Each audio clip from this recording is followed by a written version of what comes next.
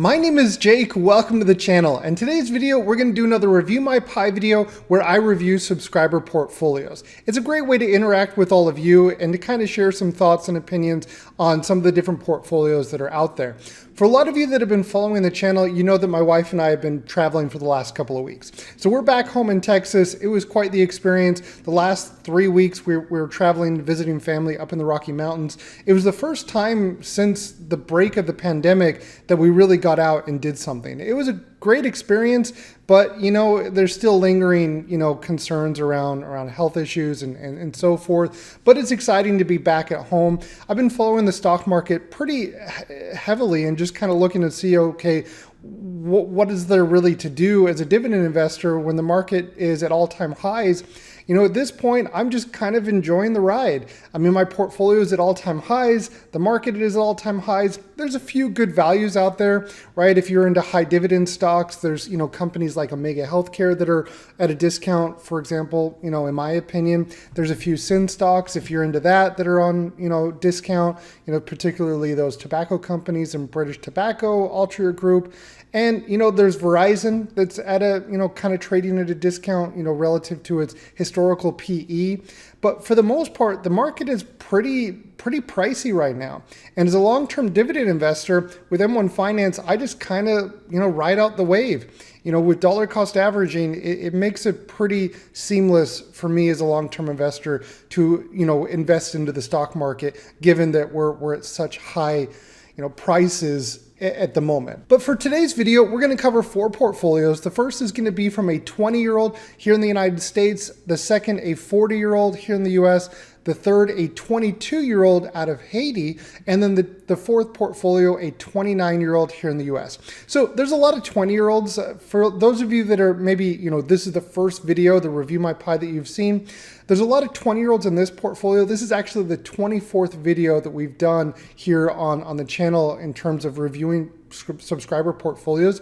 So if you're looking for a different age group, like a 30-year-old, 40-year-old, I'd recommend checking out some of the other previous videos. We've covered all other age groups in former videos. If you're not familiar with where Haiti is, this is your little geography lesson here. So if you look here at the US, you look down here, between Cuba and the Dominican Republic is where you will find the country of Haiti. And as always, everybody, the timestamps are in the description below and the portfolio links as well. And as always, I'm just some random dude on the internet, right? My name's Jake. Don't take what I'm saying as financial advice. It's just merely for your entertainment. As I mentioned, my wife and I, we've been traveling for the very first time since the pandemic started. And this was another first for us is, we're new parents. We have a brand new baby boy. And it was quite the experience driving with a baby boy for 24 hours. We did it over 2 days. It was pretty intense. For those of you that have kids, you know what I'm talking about, but just the random screams from the back of the car, you're just driving along, and then all of a sudden, you hear this random just outburst of cries, and you're just like, dude, what's wrong? What's up? And it kind of made me feel like this while driving. I'm a flight attendant. That means I attend the flights. Sometimes our job has us attending to crazy people.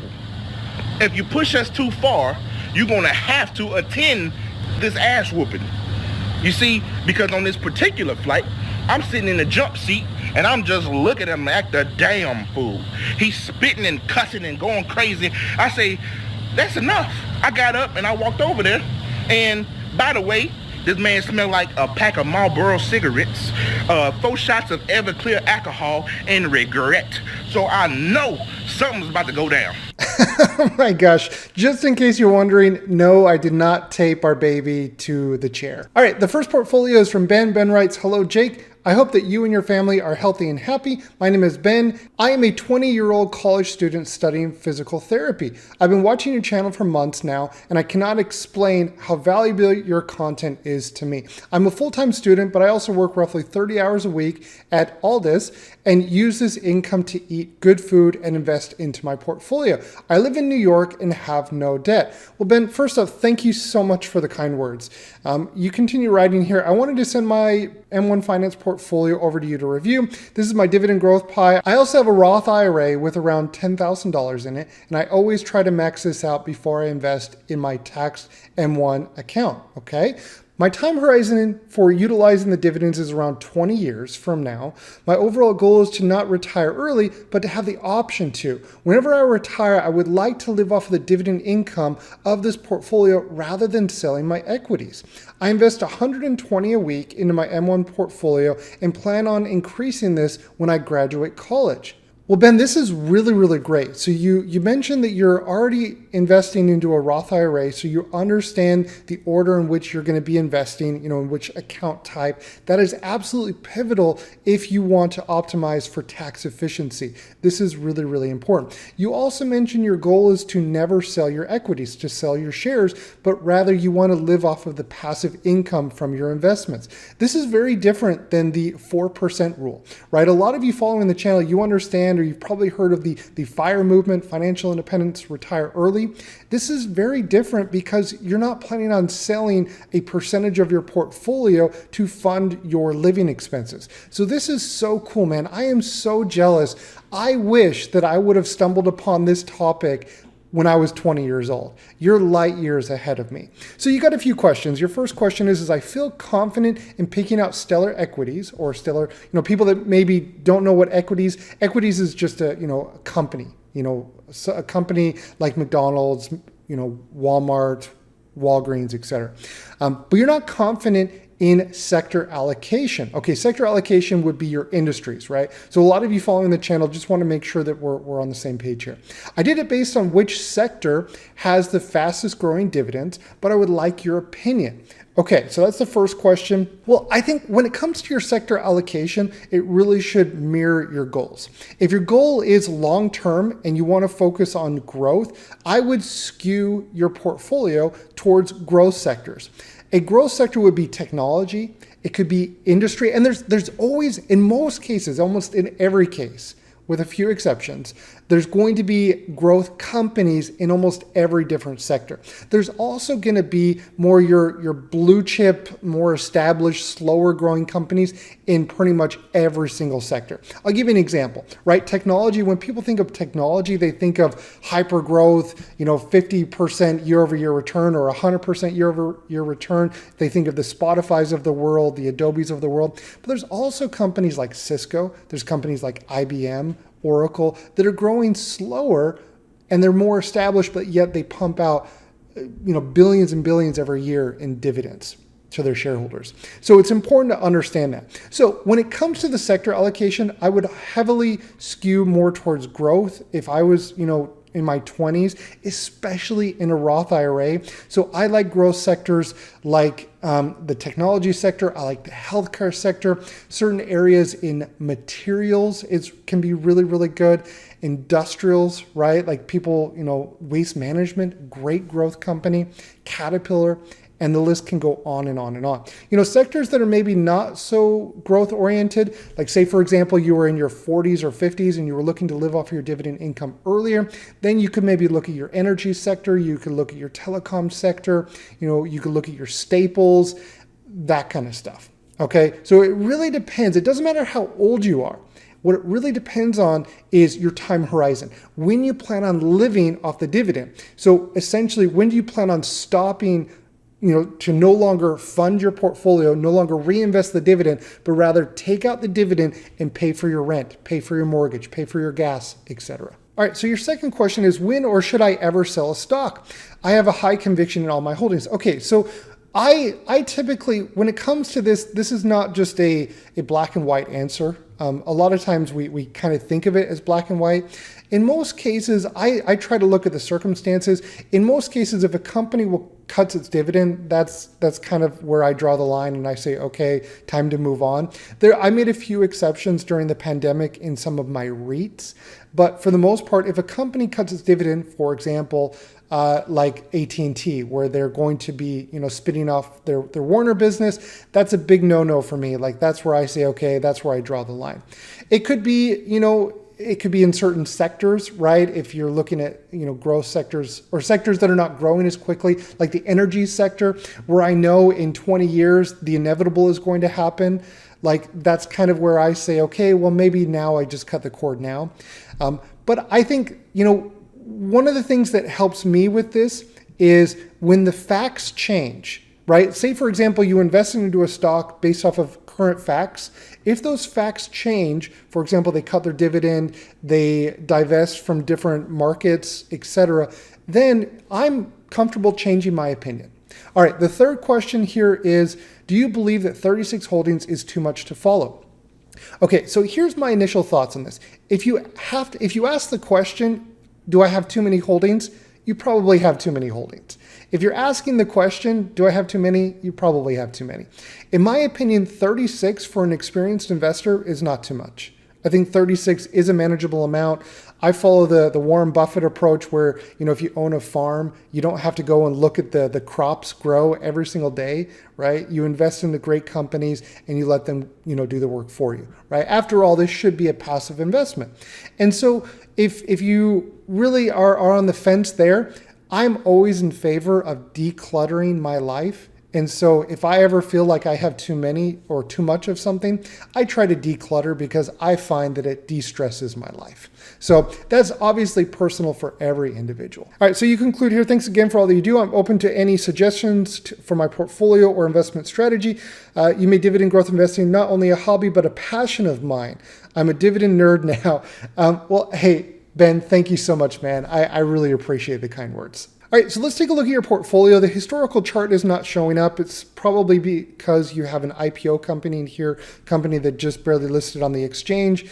So these numbers here are going to be pretty irrelevant for the overall portfolio. But let's take a look at your sector allocation. You got technology, industrials, healthcare. So hey, you're 3 for 3 from what I just said in terms of growth information.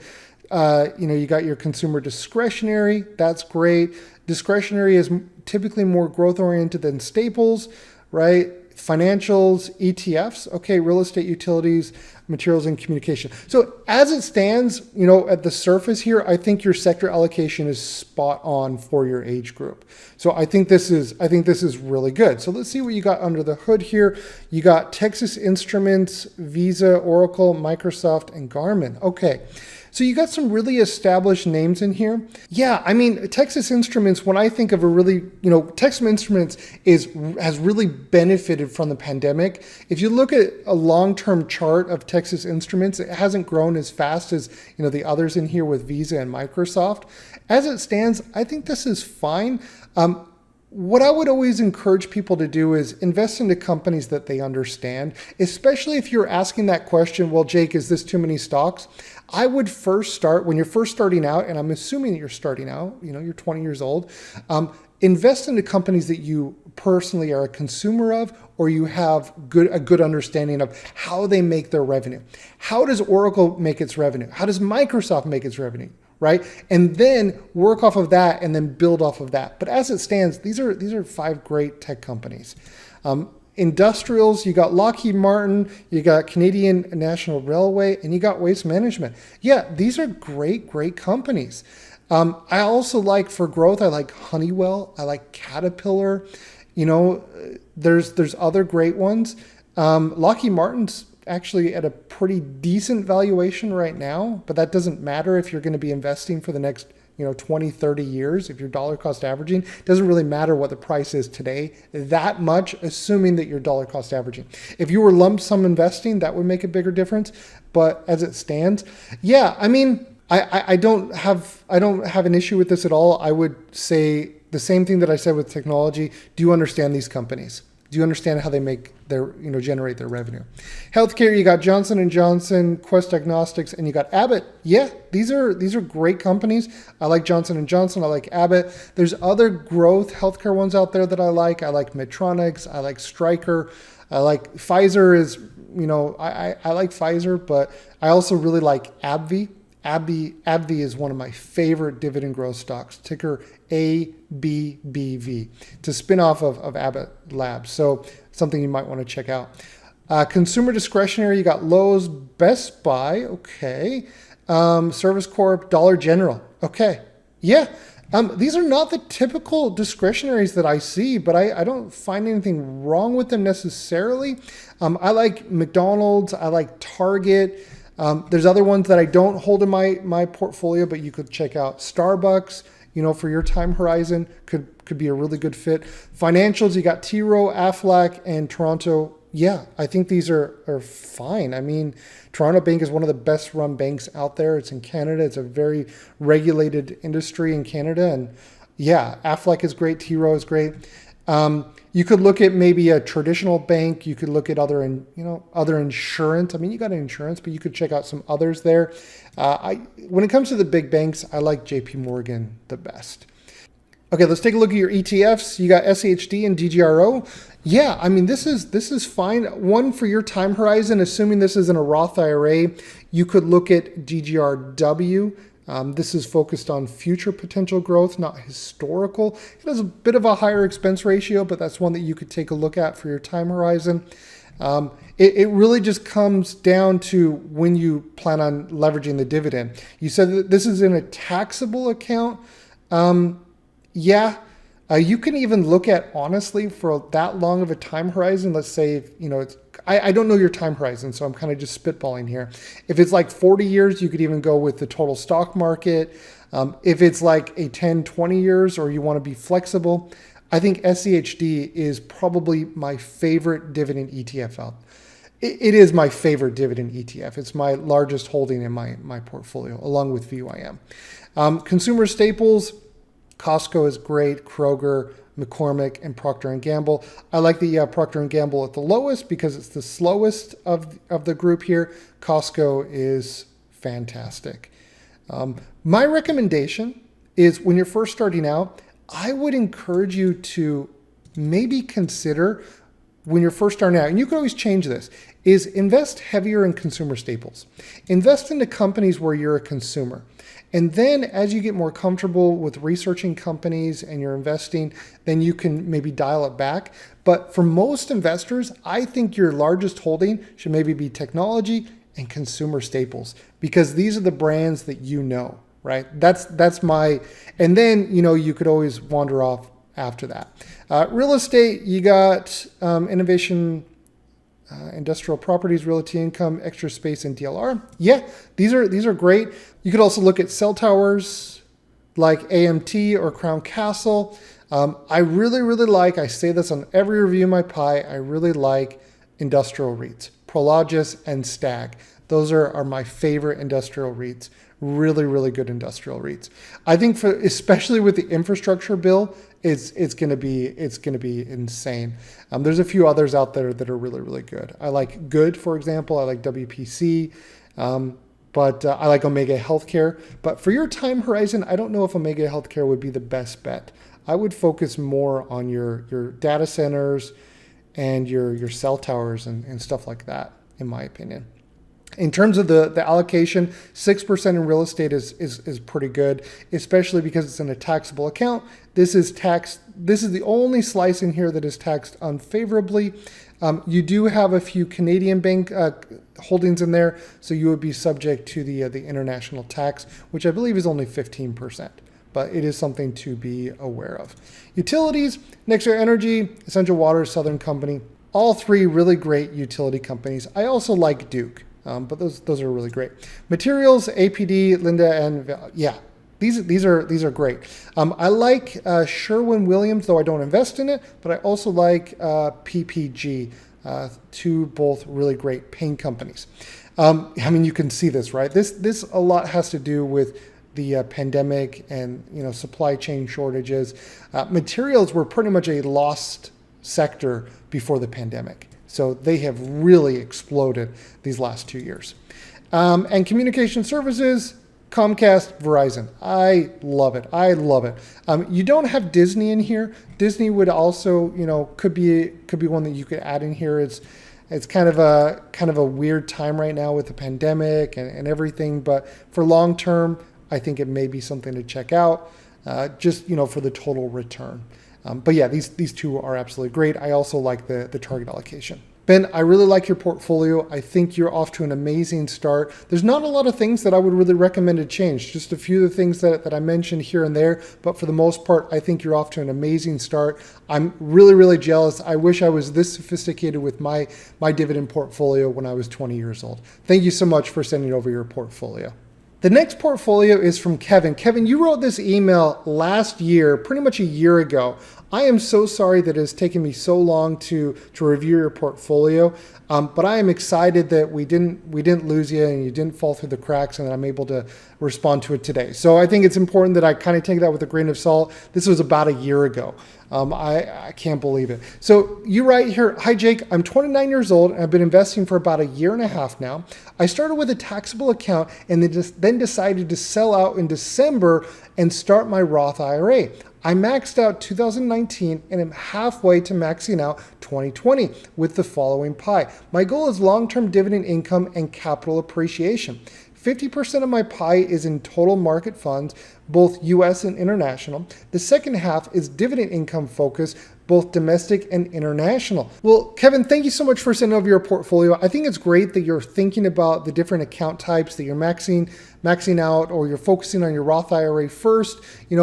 Optimizing for tax efficiency is always a great idea, in my opinion. Let's take a look at your portfolio. So this is called Lazy Retirement. Over the last 5 years, you're up 87%. You have about a 3% dividend yield, and you have a decent expense ratio. It's not too high. You have 2 slices. You got 8 holdings. So this is just an ETF portfolio. And I see that, lazy retirement, this is a great way to have passive income, is just to focus on ETFs. So let's take a look at your 3 fund portfolio here. You got VTI and VXUS. This is actually not a bad strategy. We're talking about a Roth IRA, so this should be passive, right? For the next 30 years, you're just gonna, auto invest in this and just kind of set it and forget it. This is a great way to do that. VTI is really, for the next 30 years, in my Roth IRA, I have it set up where I focus just on ETFs. In my Roth IRA, in my 401k, HSA, all my tax sheltered accounts for the next 25 years, I don't care. I just pick the highest quality ETFs, just dollar cost average every year, and then I just forget about it. And all of my other energy goes into my regular taxable portfolio. So that's how I do it. Everybody is different, but VTI, great choice. VXUS is a great choice. So essentially VTI is just the US. VXUS is focus more on developed markets, right? In, Hong Kong, Japan, Canada, Germany, those type of countries, but without the US. So this is pretty much global exposure without really a focus on emerging markets. Okay, and so your next slice is called YOLO Dude. Okay, so YOLO Dude, your dividend ETF portfolio, YOLO. So you only live once. I don't know if I would call VYM YOLO. When I think about YOLO, I typically think about like Dogecoin or Tesla or maybe the Etsy's of the world, or those kind of investments. But everyone's got their perception of YOLO. So VYM, really great dividend ETF. QYLD, it's a good covered call ETF for the right person, depending on your time horizon. It's kind of questionable. VIG, SPHD, VYMI, and VNQ. Okay, so with the YOLO, I don't know. I mean, this is in a Roth account. What is it? It's 45%. So in my opinion, I'm not the biggest fan of this slice. And let me tell you why. In the next coming years, if you have 30 years for this to compound, you're not going to see the same total return. When I say total, I mean the share price plus the dividend, right? And that compounding over 30 years. 30 years is a lifetime, man. It's a long time. You're not going to see nearly the same returns in VYM and QYLD as you would, for example, just in VTI. If you were to just put 100% into VTI, you probably would be better off. And so in my opinion, what I would encourage you to maybe consider is, in this type of portfolio, I would not have as much focused on VYM and QYLD. I would focus more on growth. I like having VNQ in here. I think having a little bit of exposure to real estate is not a bad idea. But I would focus on, technology. My favorite ETF for growth is ticker symbol VGT. And in terms of full disclosure, in my Roth IRA, I have a 25-year time horizon. The majority of my portfolio is in VGT in my Roth IRA. So that's my personal opinion. But I'm not the biggest fan of focusing on slow growing high dividend stocks and cover calls in a Roth IRA with a time horizon of 30 years. I think the math just doesn't line up. You would be better served based off of historical performance, which is never a guarantee of future performance, focusing on growth. Kevin, thank you so much for sending over your portfolio. I hope that this is helpful. As it stands, your VTI and VXUS, great, but your YOLO slice here, I think you may want to rerun the math on the portfolio there, and focus. Probably would be best to focus on growth. Thank you so much for sending over your portfolio. The third portfolio is from Christopher. He writes, "Hi Jake, love what you do. Keep it up. Your videos made me take investing more seriously, so thank you for that. My name is Christopher, 22 from Haiti. I don't have a clear direction for the market yet, but I invest $50 bi-weekly, looking to stop in 30 years or so. This is my pie. I also plan on opening a Roth IRA where I want to focus only on dividends. Any thoughts on that? Again, thanks for the videos. They are really helpful." Well, Christopher, thank you so much for the kind words. I'm pretty sure I may be, my understanding is you have to be a U.S. resident to open an M1 Finance portfolio. I don't know if you have a residency there or what, but just in case there's questions, for those of you outside of the U.S., you do have to be a U.S. resident to open an M1 account, as far as I know. So let's take a look at your Diamond Hands portfolio here. You got 71 holdings. There's an IPO company in here, and that's why this chart is not working. You got a so all of these things are pretty much irrelevant because it's only focused since the last, 8 days or so. So let's take a look. You got the ultra aggressive pie here from M1 Finance. This is the robo advisor from M1. This is interesting. Okay. You got technology, you got consumer staples, finance, telecom, real estate, industrials, healthcare, and energy and utilities. Okay. So when it comes to the ultra aggressive slice from M1 Finance, it's up 81% over the last 5 years. It has a low expense ratio, a low dividend. This is I think it's a little bit less than the S&P 500's stats. Definitely on the performance, I know that. So let's see what you got in here. You got a mixture of the Vanguard, developed markets, ETF. You got the S&P 500 here, small cap, mid cap, emerging markets, real estate, and international bonds. So the advantage of this slice here from M1 Finance is you don't really have to do anything. It updates these percentages for you. You just invest into this slice. That's kind of the appealing part of it.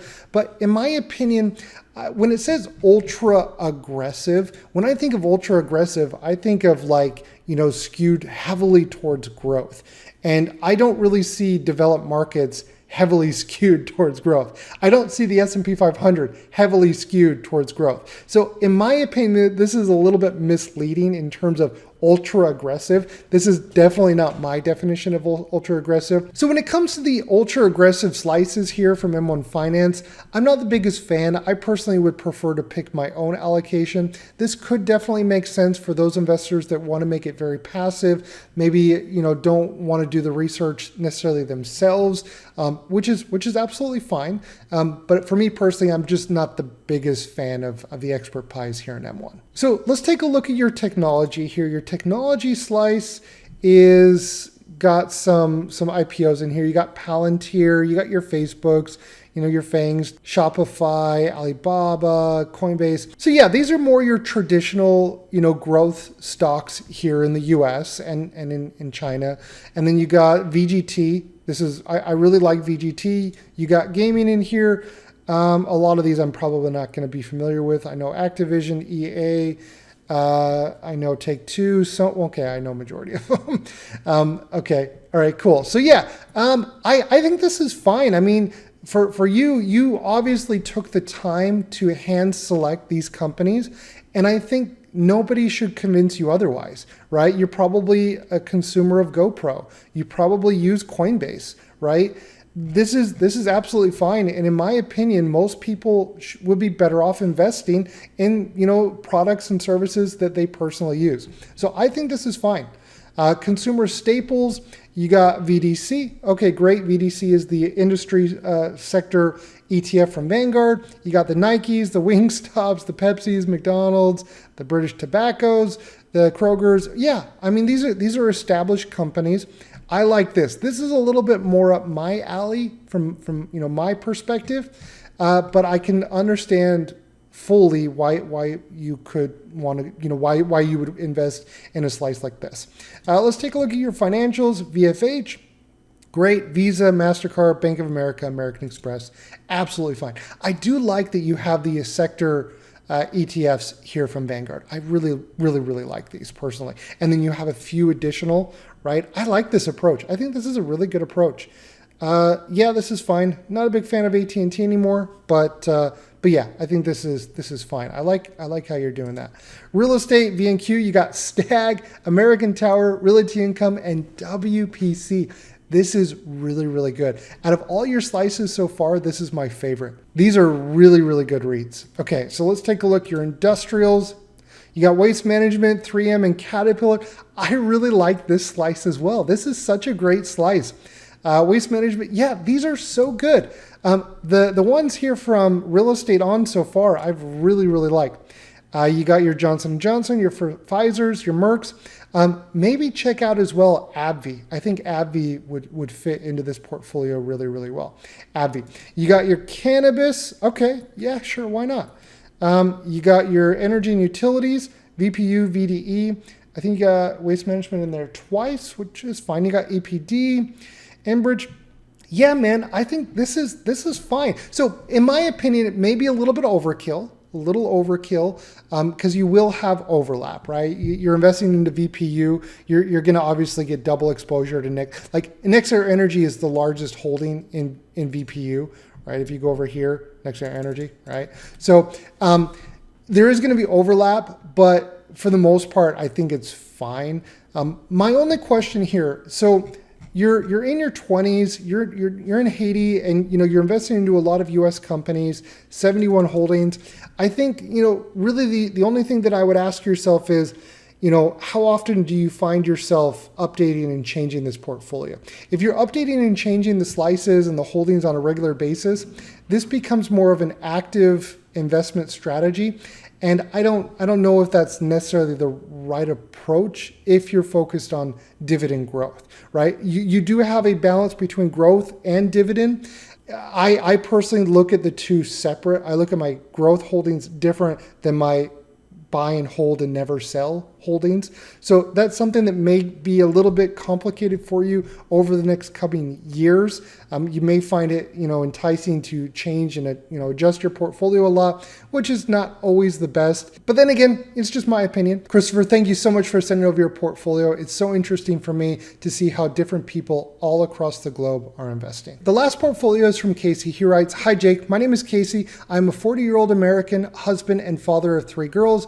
I'm new to investing and started my M1 account about a month, in large part from watching your channel and several other YouTubers. I now have 2 accounts with M1 and a 3rd IRA that an advisor currently handles with about $100K in it.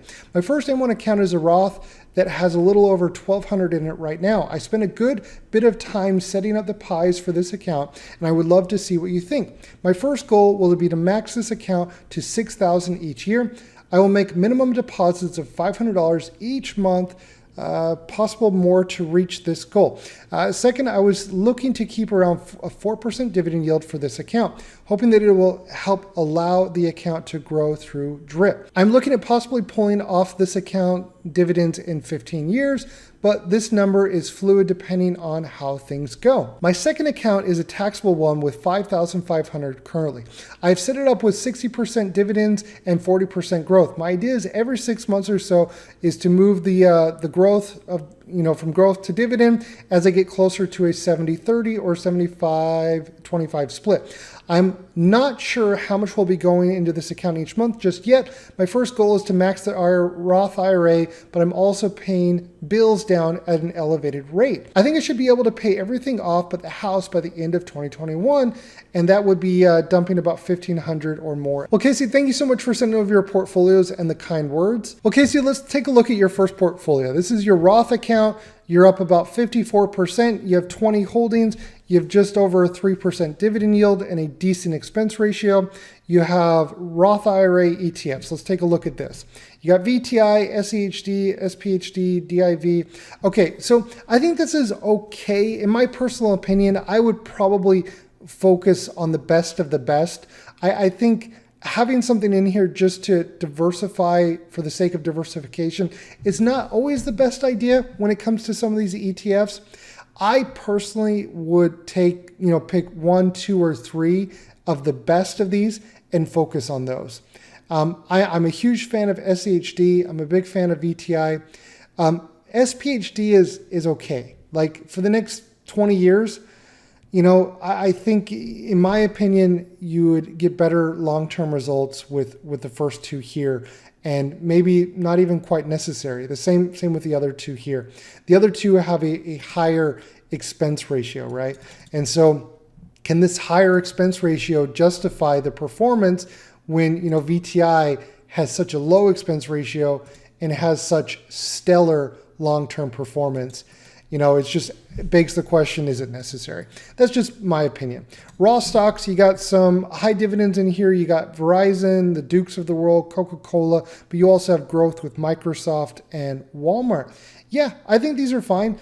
These companies you hand selected for a reason. There's a reason why you chose these.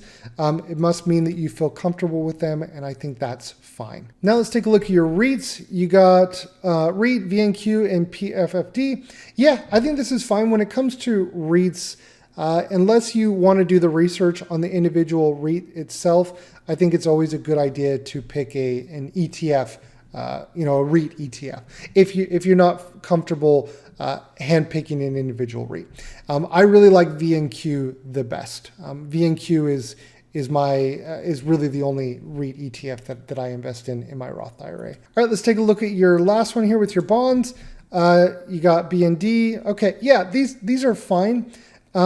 They serve a purpose. There's a reason why they're in your portfolio. As it stands with your Roth IRA here, I know you mentioned you wanted a target of 4%.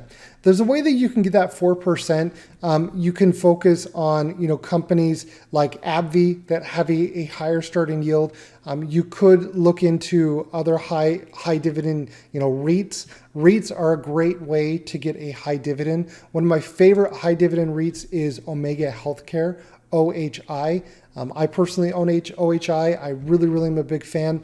I also like WPC. So if you're looking to get that 4% dividend yield and you don't want to sacrifice quality, and this isn't a Roth IRA so that you're getting the best tax treatment, I would encourage you to maybe consider bumping up your REIT portfolio and add maybe a few additional REITs, like individual REITs. I definitely do the research, don't just blindly add them, but a few that I really like for a high dividend. I like WPC. I like ticker symbol GOOD. I really like OHI, and that would be a great way to start. I also really like STAG. You said you wanted that 4% dividend yield. STAG pays a monthly dividend, something to definitely consider. All right, now let's take a look at your growth portfolio. The chart is not showing because you must have an IPO company or something. There's been a lot of that on this video here today, a lot of the portfolios. So let's take a look. You got in your tech slice, you got Microsoft, Apple, and Broadcom. Yeah, great technology companies. Healthcare, you got Johnson & Johnson, Anthem, and Pfizer. I think those are fine. Discretionary, Home Depot, Target, and McDonald's. I really like this slice. These are great companies. These companies are going to be around the next 30 years, 50 years, 100 years. Industrials, 3M, Caterpillar, Waste Management, and UPS. I really like Union Pacific as well if you wanted to throw that in there. But yeah, all 4 of these I own in my portfolio. Financials, HBAN, Aflac, and Wells Fargo. Yeah, these are fine. Yeah, I mean, it's fine. Utilities, you got your Nexa Energy, your Duke, and you got your FAN.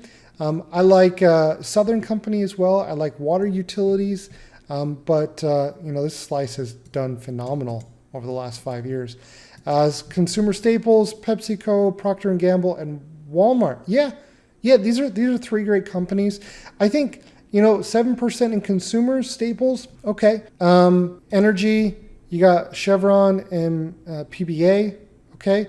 I like Chevron. I'm a big fan of Chevron. Communication, telecom, you got Verizon, Qualcomm, and Disney. Okay, yeah, these are great.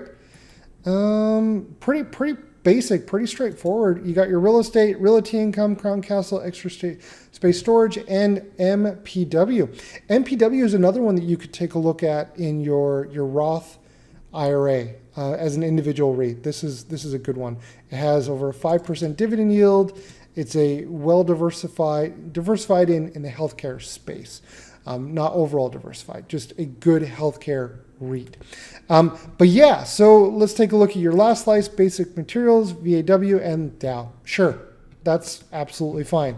So when it comes to this, I can't really see the actual performance, so it's difficult to really give a snapshot there. As it stands, you got 11 slices here. Your allocation setup is fine. Like I always say here on the channel is really try to focus on companies that you understand how they generate their revenue. I can't stress how important that is. The reason why it's so important is if you're a new investor and you've never experienced a market correction or downturn, you've never seen your portfolio down 30, 40, 50%, investing is emotional. And so if you don't understand what you're investing in, you're going to make dumb decisions. It's just human nature. It's just how things work. And so you want to make sure that you're confident in the companies that you're investing in should your portfolio drop in value significantly. And there's turmoil in the world, right? Like we had during the pandemic. It's just so important that you have conviction in the companies that you're invested in if you're investing into individual companies. Your growth slice here, you got industrials, you got plug, okay, consumer discretionary, you got your Tesla. I'm not sure what that one is. Energy, Gevo. I think there's other people that would be able to speak more to this. Oh, so you got some Kathy Wood stocks in here. Financials, Square, PayPal. These are great. Square just acquired that other fintech company. Square is going to be massive. I'm very bullish on Square and PayPal. Information technology. Okay. Other Kathy Wood stocks, communication, Facebook, and apps. Yeah, I mean, I can't really speak too much about this. You're obviously doing something right. Unless you invested right here, then you didn't do something right. But if you invested here, your portfolio is kicking ass. But I guess with these kind of companies, with these kind of portfolios, it really has to do with timing. You could say that as well with dividend stocks. You don't want to overpay for dividend stocks. But with these growth portfolios, timing is everything, right? It's like with Bitcoin. Whenever when you buy something in your holding period, really dictates how you should invest into growth. But when it comes to this, yeah, I think, as long as it doesn't make up all of your portfolio, and you're comfortable with it and your time horizon, go to town. Casey, thank you so much for sending over your portfolio. And once again, I really appreciate the kind words. Thank you so much, everybody, for watching. I hope that everybody has a great week, and I'll catch everybody in the next video. You know what? I think we're gonna be friends. Can everyone say hi to my friend? That's crazy. I just wanted to say thanks. I'm glad you came along, partner.